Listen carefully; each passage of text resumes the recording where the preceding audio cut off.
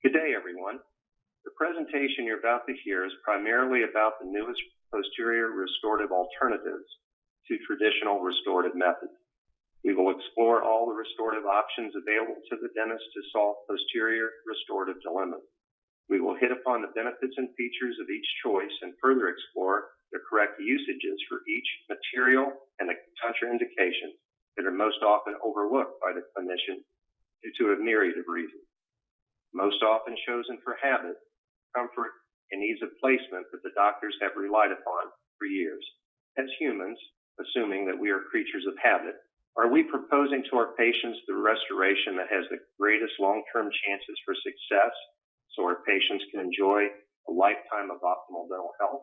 Or are we backsliding into our comfort zone? If we are intellectually honest with ourselves, we must recharge our thinking with the newest and evidence-based dentistry. I would like to begin this presentation by suggesting a paradigm shift in your thinking about dental crowns.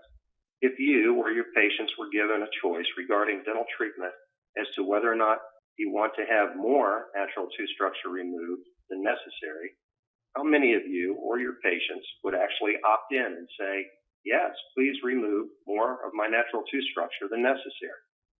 Or, Doc, let's just jump to the definitive end-all crown tooth, and I'll deal with the potential root canal, recession, recurrent decay, and the unsightly crown gone bad after 5 or 10 years. The answer, of course, would be no in most instances.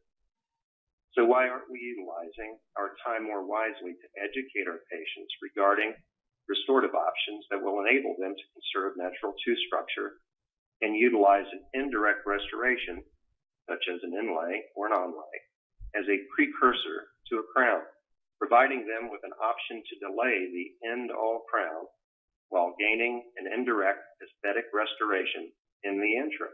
Gordon Christensen has pondered this question and concluded that we dentists in the United States are placing far too many crowns. In fact, in 2008, it was noted that 40 million crowns were placed. Christensen notes, crowns require aggressive preparation and unnecessary loss of additional virgin tooth structure. He suggests that we as dentists consider restoring teeth conservatively, or a replacement or two before a full crown.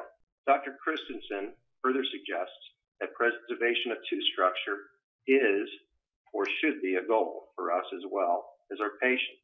So let's poll ourselves. How many of us are already thinking this way? Placement of a definitive crown, Christensen notes, is aesthetically good for only months to years. Historically, crowns and amalgams have been a dentist's comfort zone. More conservative dentistry has become easier with today's technology. There is no reason to have anxiety regarding placement of inlays and onlays any longer.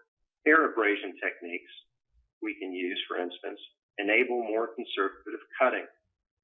Digital radiography allows for improved caries detection and enhancing concepts. Caries detection gels and diagnostic lasers allow us to better determine caries depth. It has become evident that using models, pictures, and intraoral cameras educates our patients in ways that were not even possible 20 years ago. The patients we serve now are more discerning, questions us more, and want to know the condition of their bodies.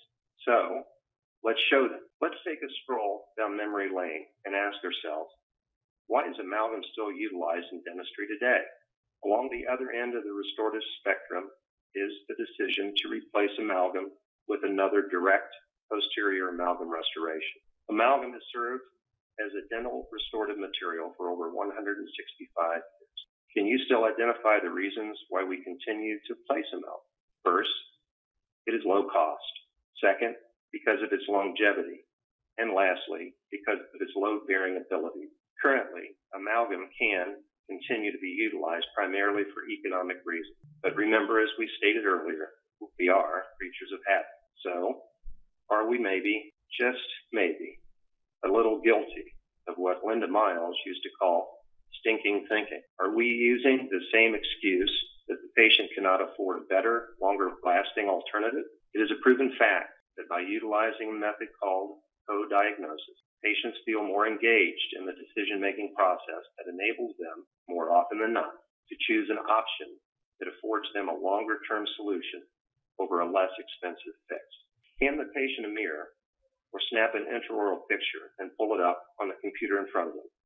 When they see a photo similar to the one you see on the slide as you present them these options to solve the dental problems, you are making the first step toward them taking ownership of their dental health through co-diagnosis. Sort of a dental show and tell with one important addition: ask. In other words, show them their current situation in the best manner you have available to you, then tell by explaining the options available to them along with the benefits, features, and downsides of each. Then ask them, how would you like for me to solve this problem for you? And wait.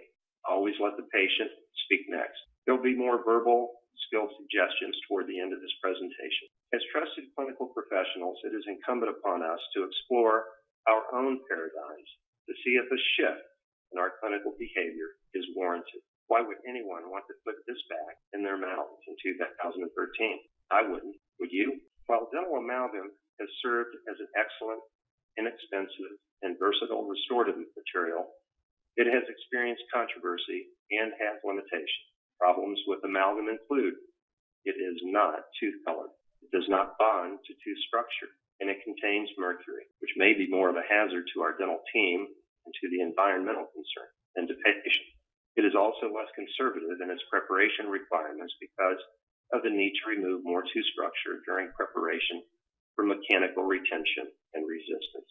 The fact that it cannot be repaired easily makes it less desirable as a material as well. The higher the creep value of an alloy, which is defined as the rate of deformation of metal under load, the greater the tendency for marginal breakdown. The higher the mercury content at the marginal areas gives it lower strength, and improper finishing leaves a ledge which cannot support the forces of mastication. This makes the restorations susceptible to fracture. Now you know why, as dental students, we were made to reappoint our patients who had amalgam restorations placed just to polish them. If not, it has long been proven that by burnishing alone, the restoration would not last as long. What is microleakage? Quite simply, it is a microscopic space that exists between the tooth and the restoration. We have all routinely seen both of these phenomena and recommended replacement of a restoration due to marginal leakage caused by contraction, shown here in illustration A, and very often recommend a crown when a cusp completely fractures away due to the mounting pressures of expansion, shown here in illustration B. Recently, I had the pleasure of attending the wedding of Dr. Terry Buckenheimer, an ADA trustee and the president of the Florida Dental Association in Highlands, North Carolina. I went high into the mountains for a hike with my ultralight rod and reel and followed this stream to its waterfall, which I couldn't negotiate in my waders. When I got to the base, I snapped this picture. I was fortunate to pull two small trout out of the pool in the forefront. The temperatures reached the mid-70s during the day and the mid-40s at night. Man, how wonderful that was. Where I live in Orlando at this time of the year, we call that winter. By the mid-1980s, a new sheriff came to town, wearing a white hat and named composite resin. Amidst the clamor of his arrival were demands to hang the old sheriff, notably pencil amalgam. Often, as a result of increased negative publicity regarding mercury risks, amalgam suffered its greatest setback. Additionally, an increased demand for white teeth meant composite materials stole the show and is now utilized on 50% of posterior direct restorations and 95% of all anterior direct restorations. But is composite the best choice for the replacement of a large amalgam? Many patients are demanding tooth-colored fillings, but this often is not in their best interest. Composite resin bonds to tooth enamel, but as studies show, even with the 6th-generation bonding agents, not so well, as it turns out, to dentin. In sum, the conditions for direct posterior composite uses are limited. When you're treatment planning your patients, you should be treatment planning the ideal for your patients and thinking about what you would want in your mouth or your family's mouth. Factors to consider while evaluating for placement of a direct posterior composite include, will the centric stops be on the tooth structure? Patients who show signs of clenching and grinding may be a contraindication. the ability to isolate the tooth and keep it dry of saliva, and the base of the box should not extend into dental. In addition to these, there are other aspects you may need to take into consideration as well. We need to continue the discussion emphasizing a primary shortcoming of all direct composite materials, which is polymerization shrinkage upon curing. The larger the restoration, the greater the polymerization shrinkage of the direct composite, 2.6 to 7.1% by volume. Because there is a greater chance that the restoration margins will lie beyond the enamel surface, there will be a greater potential for microleakage and recurrent decay. Shrinkage stresses negatively influence the mechanical properties and marginal integrity of the restorative material. It is important to note there are numerous methods to attempt to control these stresses, such as layering the material, using polymerization tips, inserts, and soft start polymerization. But your patients have a much better, longer-term option. Another consideration, bisphenol A, known as BPA, is a potentially toxic compound shown in studies to be released in the mouth when composite fillings are placed. BPA is commonly found in epoxy resins and polycarbonate plastics used in making drinking bottles, food containers, adhesives, and other dental materials. For several years, concern has been raised over the amount of BPA being released from composite fillings as well as dental sealant. There are a couple of things dentists can do to reduce the exposure to their patient. First, avoid using BizDNA, dimethacrylic products, and utilize BizGMA, glycidyl methacrylic resin. Secondly, it has been noted that dentists may reduce the potential for BPA exposure during dental sealant placement, for example, by using an abrasive such as pumice to remove the top liquefied layer, and by rinsing the tooth for 30 seconds immediately after placement to reduce salivary levels of BPA. This is a good idea during the finishing process with most composites as well. Before we continue on, I have to clarify what is meant when I utilize the words direct versus indirect relative to dental restorations. A direct restoration is inserted into the tooth cavity during a single visit to the dentist. This immediate or direct form of treatment is ideal for patients who have teeth with a small amount of decay. Materials that can be utilized for this include composite materials or amalgam. The indirect restoration is mechanically produced, most often in dental labs, before being inserted into the tooth. This means 2 visits to the dentist. The first visit involves the preparation for the Inlay Onlay, and the second visit is the actual fitting and cementation of the Inlay. What are the procedures necessary for constructing an indirect restoration? Well, first off, diagnosis and treatment planning are the most important steps in this process. Prepare the tooth and take impressions, whether it be traditional impression taking or a handheld digital impression, are key to fabricating an indirect restoration that will fit precisely. Fabrication of temporary restorations are necessary unless one-visit CAD/CAM technology is used in office or in a dental laboratory with fast-track delivery system. The dental laboratory or in-office CAD/CAM produces the restoration for the doctor and team to submit the dental restoration and complete the treatment plan. There are, of course, advantages and some disadvantages to the use of indirect restoration. Because the restoration is bonded into place, it lends itself to improved marginal fit. Also, because of the polymerization shrinkage occurring during fabrication outside, which we will address in a minute, there is better control of interproximal contacts, contours, anatomic form, color matching, and increased wear resistance. There are some slight disadvantages to the indirect restoration as well. They include the fact that it usually will take longer to complete because it may mean taking an impression, a temporary, and 2 appointments if fabricated in a dental lab. Hence, there is usually an increased cost involved over current direct restorative methods. It may be considered a technique-sensitive restoration because there are numerous steps that must be followed accurately. Lastly, a porcelain indirect restoration does not accommodate readily to an intraoral repair that is predictable. If part of the restoration fractures, for example, the restoration in its entirety must be removed and replaced. I had mentioned clenching and grinding in a previous slide. To give you an idea, I would like to review the average biting forces.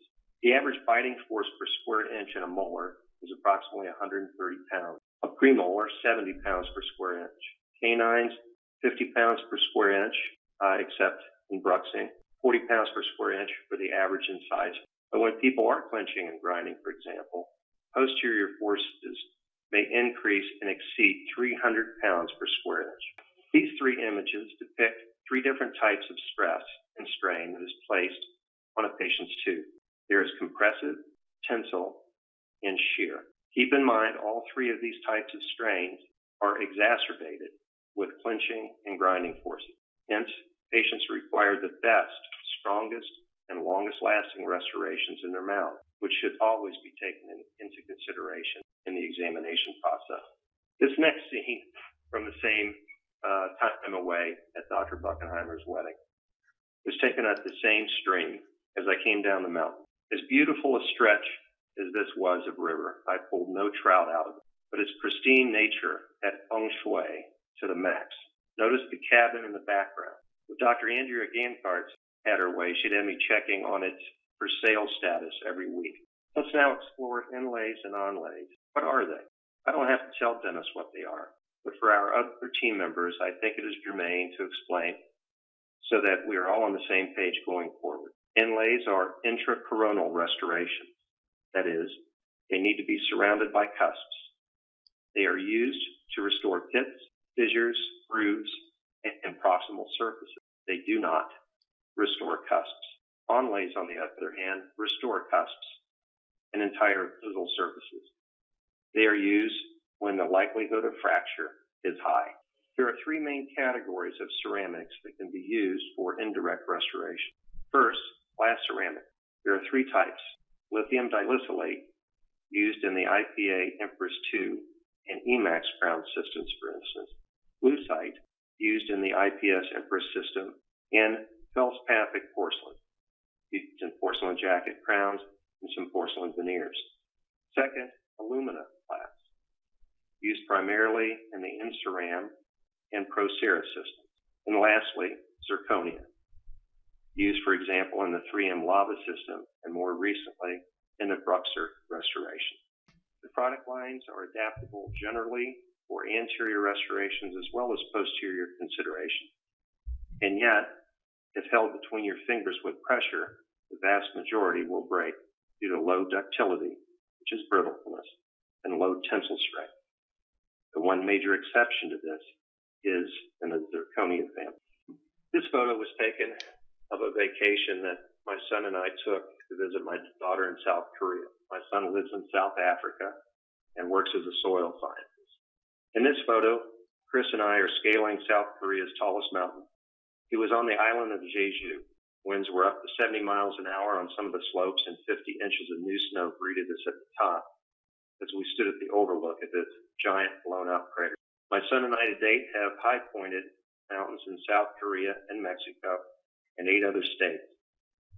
My son has completed 16 states now, and before he leaves South Africa, where he lives, he will scale the continent's 3 tallest mountains, including Mount Kilimanjaro. Indirect dental inlays are used to repair decaying teeth that do not require extensive crown work or to replace older amalgam filler. It is similar to a filling and lies inside the cusp tips of a tooth. They are custom made to fit the prepared cavity and are then cemented into place. Most are composed of porcelain or ceramic, though some can be made from gold or composite resin. Patients that desire a natural smile often request porcelain inlays in lieu of metal fillings, since they are visually more appealing due to their natural tooth color. Indirect dental inlays last significantly longer than any other filling. Another important aspect of inlays is the fact that they can strengthen teeth, which often prevents future tooth breakage and loss. Let's continue to discuss some of the benefits of direct dental inlays. Stronger than direct posterior composites, for sure. They offer superior physical properties compared to direct posterior composite because of composites polymerization conversion and the simple fact that you can predictably put them in occlusion with opposing cusp tips. Most often, these restorations are placed in the posterior region where teeth are compromised but still have intact buccal and lingual walls. This type of restoration allows the dentist and the patient to conserve tooth structure and utilize the best, most current adhesive technology. In a direct quote from Dr. Gordon Christensen, published in Dental Economics, he states, "The number of full crowns placed in the U.S. is amazing. Estimates are that more than 40 million crowns are placed annually in the U.S. Are all these crowns placed for functional reasons? The obvious answer is no. Many of them are placed for aesthetic reasons. Would the aesthetic result be better with more conservative restorations instead of crowns? Yes. An onlay or inlay made from a tooth-colored material can be a longer-lasting restoration from an aesthetic standpoint, since gingival recession on a tooth restored with an onlay only shows the patient's natural tooth structure instead of a potentially objectionable crown margin. Also, when placed in early adulthood, these more conservative restorations still leave the potential for more aggressive full crowns to be placed later in life. He feels strongly that tooth-colored inlays and onlays should be placed more, and that full crowns should be placed to a lesser degree. Although there are code numbers for these restorations, does that mean third-party payment companies will pay for these restorations? Devices such as CIRAC from Sirona and E4D from D4D Technologies, LLC, has popularized conservative inlay-onlay restoration, and third-party payment companies have recognized that they are serving well when chosen and placed appropriately. Internationally available clinical research supports that finding. So finally, pay codes are available routinely for inlays and onlays. Gold. Gold has been a high standard of care, allowing for conservative, high-quality, long-term restoration for a century. Gold restorations may include inlays, onlays, and partial veneer crowns, as well as gold crowns. You might even see gold utilized in Class 5 cervical restoration. Those of us schooled in the 1970s and 80s almost uniformly learned to place gold for it. Believe me, no matter how good your technique is at placing a composite resin in a Class 5 cervical area, you would be hard-pressed to beat a well-placed gold foil. Here's a photo which includes a gold inlay. There are numerous advantages of utilizing gold. They include excellent mechanical and biocompatibility properties, does not deteriorate over time, wears almost identically to natural tooth structure. If properly placed, the margins are almost unnoticeable, and there can be less plaque retention due to a high degree of polishing and finishing. I want to take a moment here to make sure everyone understands what we mean when we speak to mechanical properties and biocompatibility properties. Mechanical properties are a subset of physical properties that deal with energy and forces and their effects on the body. This is most often expressed in measurements of stress and strain, which we previously discussed. Biocompatibility properties include several key factors relating to a material's compatibility to tissues of the human organism. These include potential tissue responses, leakage of bacteria at the tooth-filling interface, shrinkage of materials, and stress created in the tooth structure from restorative procedures. Therefore, all materials utilized in the oral cavity should be safe and biocompatible. Why would the gold restoration be considered in an onlay situation? If you said because the restoration includes the cusp of a molar, you are correct. Gold onlays are just as advantageous as gold inlays. There are the same mechanical and biological benefits, and the cusps are included for teeth that have more extensive loss of tooth structure. Keep in mind, gold is also a great choice for three-quarter crowns and crowns alike to cover the entire occlusal table posterior teeth. I snapped this picture while in Chicago recently in August for the National Association of Dental Laboratory Board of Directors meeting. I represent the ADA to this organization. The NADL Board of Trustees are concerned, as we are, with the issue of offshore production of dental materials and dental prostheses by foreign laboratories and even domestically owned dental laboratories. The changes in manufacturing acumen at the larger industrial CAD/CAM level has started to help equalize the labor component of the equation. Smaller labs are consolidating to form laboratory enterprises more able to compete in a global market. The new laboratory technician in the next half-decade will resemble more of a computer technician and graphic designer as training facilities modernize. We must always preserve our domestic dental laboratory industry. There is no way that we can offshore everything that we make because of cheap labor and maintain the quality of dentistry that has been the envy of the world. Over the course of the past decade, there have been significant improvements of ceramics, bonding agents, and technology used in manufacturing. More importantly, the longevity of ceramics continues to improve with time. There are variables that I will address in a moment that dentists can and cannot control. Of these variables, this diagram represents the three overarching categories, namely bonding agents, ceramic makeup, and technology. The above diagram denotes a number of variables that are uncontrollable or may vary on a day-to-day basis. They include the quality of the remaining tooth structure that will be supporting the bonded restoration, the applied load on the restoration, or the amount of force being placed on it, as well as the patient's hygiene care. Among variables that clinicians can control are design of the tooth preparation, bonding technique implemented, as well as type of restorative material selected. In their article, Myths versus Realities, State-of-the-Art Indirect Tooth-Colored Restoration, Dr. Jose Luis Ruiz and Dr. Gordon Christensen respond to the question, are PFMs more predictable than bonded onlays? Ruiz and Christensen state that most clinicians are more familiar with PFM full crown techniques than partial coverage bonded onlay. Based upon this unfamiliarity, dentists may believe that these restorations are more technique sensitive and difficult with PFM crown. According to Ruiz and Christensen, partial coverage bonded onlays are easier than full crowns when supragingival preparations are used. The preparation of an adhesively retained restoration is easy, since the perfect taper is not important and the retina features are not needed. Excellent onlay preparations usually require 5 minutes. With the use of translucent pressed porcelain, the margins of the restoration can be positioned supragingivally, making the entire procedure easier, including impressions, provisional restoration, and bonded cementation.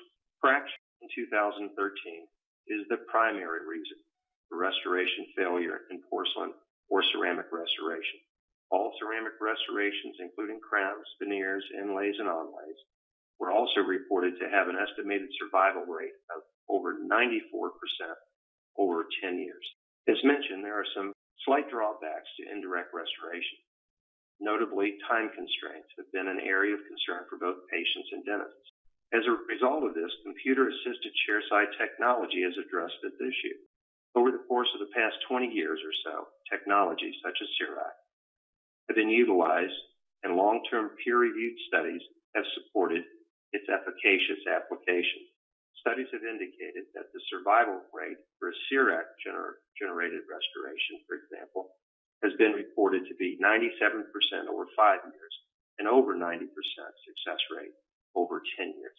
The disadvantage to this type of technology is primarily the initial investment of the equipment, as well as the initial learning curve relative to the computer program and specific preparation criteria.